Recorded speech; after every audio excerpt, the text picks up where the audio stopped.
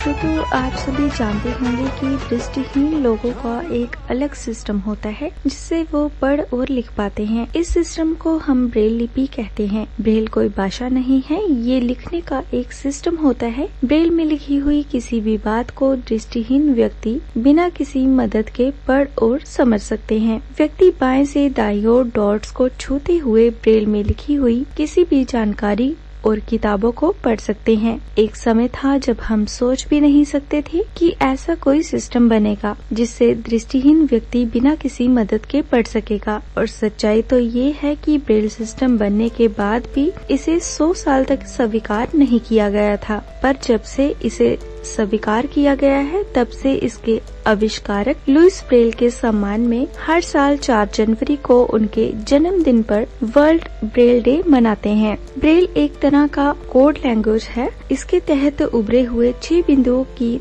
3 पंक्तियों में बने एक कोड को बनाया जाता है। व्यक्ति बाएं से दाईं ओर डॉट्स को छूते हुए ब्रेल में लिखी हुई किसी भी जानकारी को पढ़ और समझ सकते हैं। ये तकनीक अब कंप्यूटर में भी यूज की जा रही है जिससे कि नेत्रहीन लोग अब तकनीकी रूप से काम कर सकें। लुईस ब्रेल फ्रांस के कुपरी गांव के थे जिनका जन्म 4 जनवरी 1809 को हुआ था। लुईस एक मध्यम वर्गीय परिवार से थे। उनके पिता साइमन रेले ब्रेल शाही घोड़ों के लिए काठी बनाने का काम करते थे। उनके पिता की आर्थिक तंगी की वजह से लुईस अपने पिता के काम में सहयोग करते थे। घर पर आर्थिक तंगी की वजह से खिलौनों से खेलने की उम्र में लुईस खिलौनों से नहीं बल्कि घर में आसपास जो भी मिल जाता उन्हीं से खेलते थे। लकड़ी, घोड़े की नाल, रस्सी, लोहे के औजार उनके खिलौने हुआ करते थे। लेकिन एक दिन उनकी आंख में नुकीली चीज धंस गई जिससे उनकी एक आंख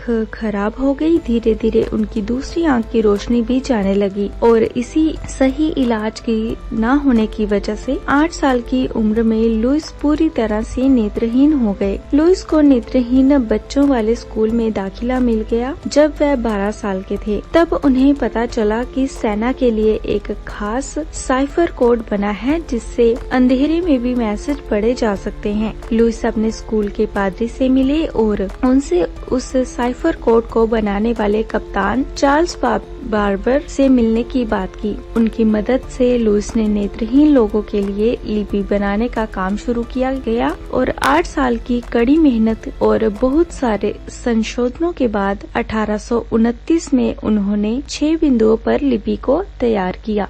लुईस की ये लिपि नेत्रहीन लोगों में धीरे धीरे लोकप्रिय हो रही थी, लेकिन ब्रेल लिपि को शिक्षाविदों ने स्वीकार नहीं किया था। लुईस इस लिपि को आधिकारिक तौर पर मान्यता मिलते नहीं देख पाए। उनकी मौत के 100 साल बाद उनकी इस लिपि को मान्यता मिली। लुईस ब्रेल की मौत के 100 साल बाद उनकी पुण्यतिथि को उनके सम्मान का दिन निर्धारित किया गया। उनके गांव में 100 साल पहले दफनाए गए उनके पार्थिव शरीर के अवशेष पूरे राजकीय सम्मान के साथ बाहर निकाले गए। सेना और स्थानीय प्रशासन ने उन्हें नजरअंदाज करने के लिए माफी मांगी और राष्ट्रीय धुन के साथ राष्ट्रीय ध्वज में उनके अवशेष को लपेटकर उनका ससम्मान अंतिम संस्कार किया। संयुक्त राष्ट्र आम सभा ने नवंबर 2018 को आधिकारिक तौर पर 4 जनवरी को विश्व ब्रेल दिवस मनाने का फैसला किया। इसके बाद 4 जनवरी 2019 को पहला विश्व ब्रेल दिवस मनाया गया और अब ये